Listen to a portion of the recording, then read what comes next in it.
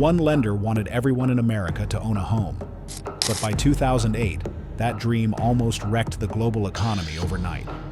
Banks panicked, families lost everything, and Wall Street's winners turned into villains. So how did one company's good intentions spiral into one of the world's biggest financial disasters in history? Today, I'll break down how a single dream nearly broke the system. How one lender's dream of helping everyone buy a home spiraled out of control. Imagine starting with the best intentions, helping regular people buy homes, and ending up as the face of a financial disaster. That's the strange path of Countrywide, led by Angelo Mozilo. Back in the late 1960s, Mozilo co-founded Countrywide with the idea that home loans shouldn't just be for the wealthy or well-connected. He wanted ordinary families, teachers, janitors, and new immigrants to have a shot at owning a home. That vision actually worked for a while. Fast forward to the early 2000s, Countrywide exploded in size. At one point, they handled about 1 in every 6 home loans in the entire country. That's a staggering reach. The big change? Speed and volume. Mortgages became something you could get quickly, sometimes shockingly quickly. Countrywide made the process smooth, using new tech and fresh sales tactics. Home ownership numbers went up, the company raked in profits, and Mozilo turned into a Wall Street superstar. The headlines cheered, and politicians noticed too. Some high-profile lawmakers even reportedly scored special loan deals through a countrywide program quietly called Friends of Angelo. But behind the scenes, things got strange. Housing prices took off, interest rates stayed low, and everyone believed property values would keep rising forever. Instead of being picky, Countrywide and others started approving more and more risky loans. The industry shifted. Banks stopped caring as much about whether a loan would ever get paid back. They knew they could just bundle the loans and sell them as investments. The more you approved, the more you sold. Standards slipped. Everyone chased numbers. Who wanted to get left behind? By 2005, subprime lending, loans to people with shaky credit, ballooned to about $625 billion, or 1 out of every 5 new mortgages. It turned into a race, with companies lowering the bar just to keep up. The profits looked huge, but the cracks were forming.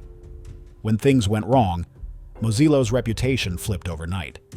He ended up paying a massive SEC settlement, accused of hiding how risky Countrywide's loans really were. The wildest twist?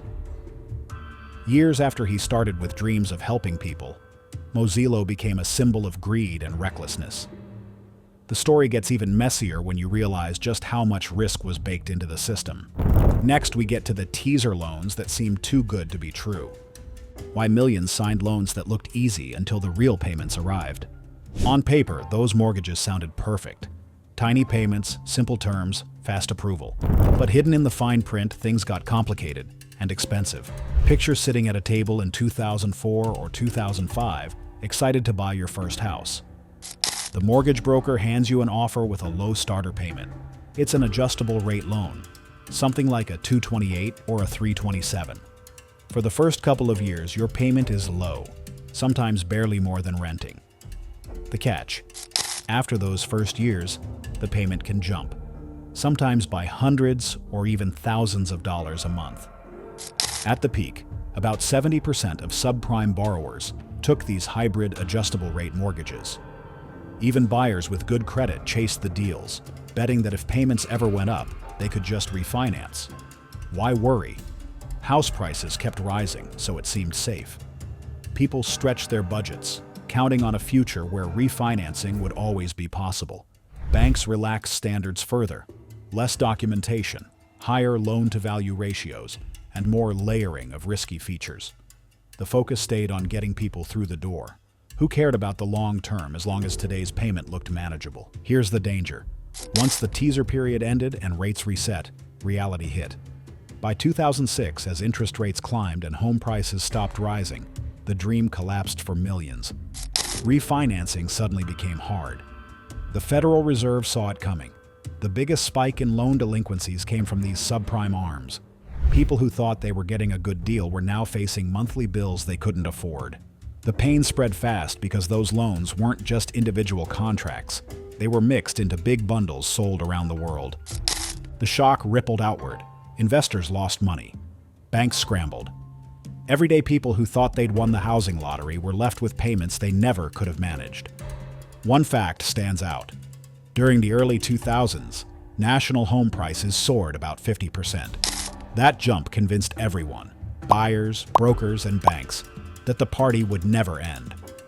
Now, we follow the journey of these risky loans from your neighborhood all the way to Wall Street, where the stakes got even higher. How Wall Street turned risky mortgages into their favorite high-stakes bet. The moment your mortgage leaves your lender, it steps onto Wall Street's main stage. Suddenly, your home loan isn't just paperwork between you and the bank. It's part of a giant, complicated game. Wall Street investment banks scoop up thousands of these loans, mix them together, and turn them into shiny products called mortgage-backed securities, MBS.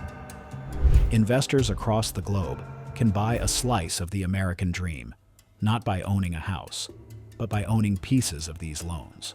By the early 2000s, the old way of banking, where lenders cared deeply about whether you could actually repay, faded fast. The new mantra: make as many loans as possible, bundle them up, sell them off, repeat.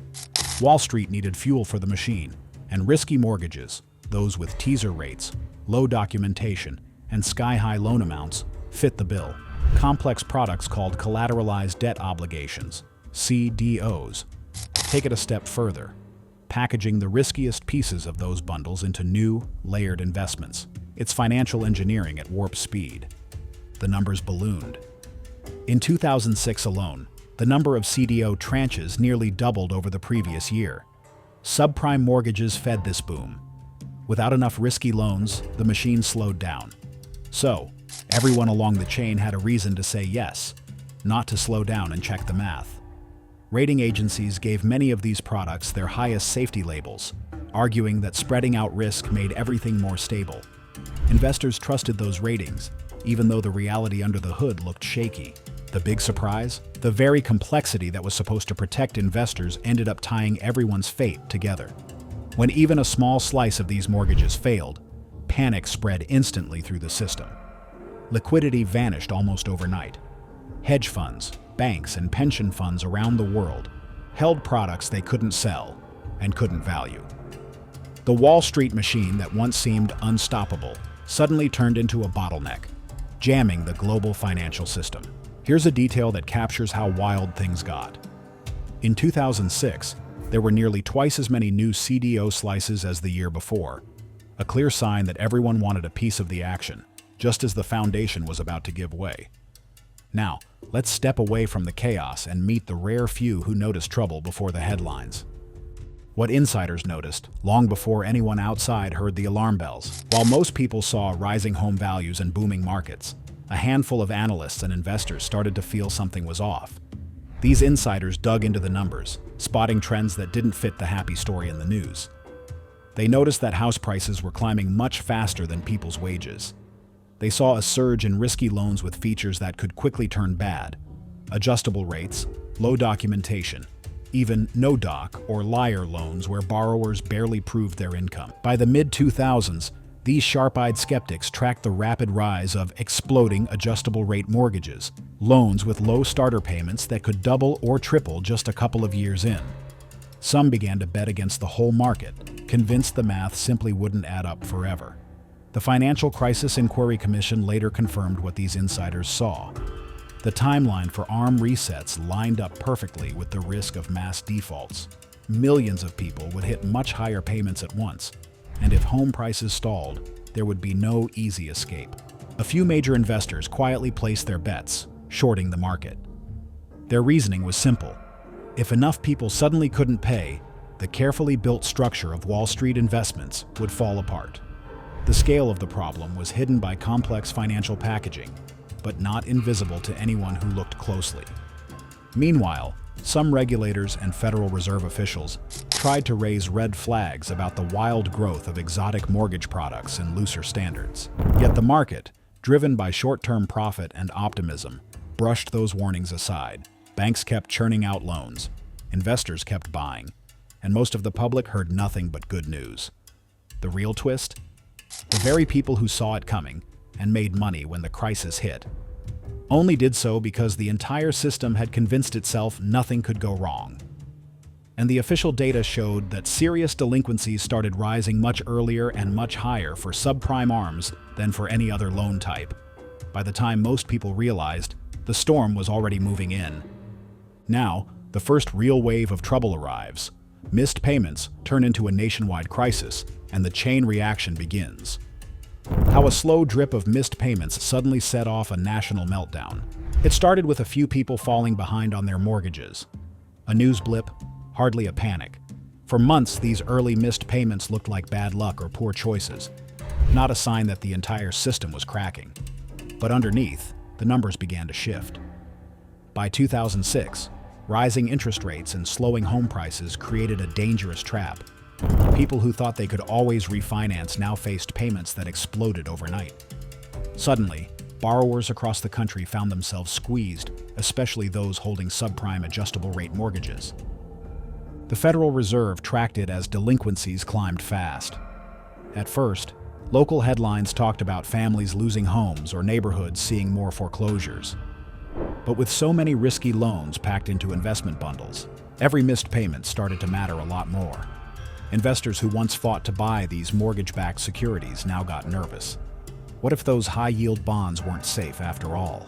The value of these assets became impossible to pin down as buyers vanished. That's when the financial system's hidden wiring came into focus. Banks and funds held securities built on the promise that Americans would keep paying their mortgages. When those payments stopped, fear spread. No one trusted the prices or the paperwork. Even investments rated as safe lost buyers. Suddenly, the liquidity that kept the whole market moving dried up. It wasn't just about bad loans anymore. It was about a market frozen by doubt. Countrywide, once a proud symbol of access and growth, became a case study in risk. As more loans went bad, the company faced daily stress. Funding dried up, losses mounted, and the business shrank overnight. The story flipped from growth to survival, then to a desperate sale. When the news broke, many Americans felt shocked. Countrywide seemed too big to fail, yet it nearly vanished in months. By 2008, the crisis took over the headlines. Major financial firms collapsed or begged for help. The U.S. government stepped in with enormous emergency programs, authorizing up to $700 billion for TARP, the bank bailout, eventually spending around $443 billion. The goal: stop the bleeding and keep the economy from complete freefall. Banks, insurance companies, and even car makers lined up for support. The numbers show just how tightly everything was connected. Looking back, one number jumps out. The true cost of TARP ended up much lower than feared, thanks to repayments. But the human cost, lost homes, jobs, and trust, would last far longer. Now the question shifted. How would life change for regular families, workers, and communities in the wake of the bust? Why the crash shattered careers for some and reshaped life for everyone else? When the dust settled, the impact stretched far beyond Wall Street boardrooms or bank spreadsheets. The crisis tore through neighborhoods, families, and entire industries. For years, owning a home felt like a ticket to the middle class. Suddenly, that ticket became a burden. Foreclosures spiked. Entire blocks saw for sale and bank-owned signs pop up overnight. Cities lost tax revenue. Local businesses struggled as people cut back. National homeownership, once at record highs thanks to easy credit, reversed almost as quickly. Families lost not just their houses, but also their sense of stability and financial security. Those who kept their homes often watched their equity disappear, leaving them underwater, owing more than their house was worth. The boom years promised prosperity, but the bust delivered hard lessons about risk and overconfidence. It didn't stop with homeowners. Construction workers, real estate agents, mortgage brokers, and bankers all faced layoffs. Finance jobs dried up.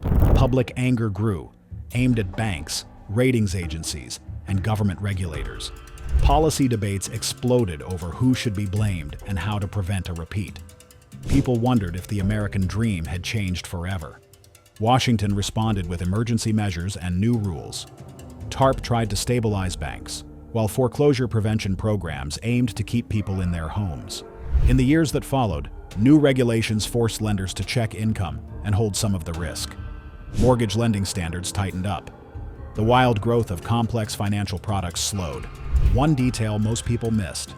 During the build-up to the crisis, the financial sector spent about $2.7 billion on lobbying and more than $1 billion on campaign contributions.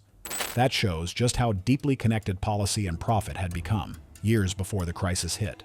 Now, every buyer, banker, and policymaker saw the mortgage market differently.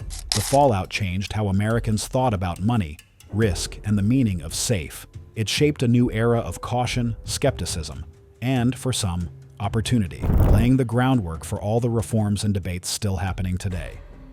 The deeper you dig, the wilder this story gets. Each secret shapes the world you live in. Ready for the next twist? Subscribe to Dollar Bill Secrets. The real journey's just beginning.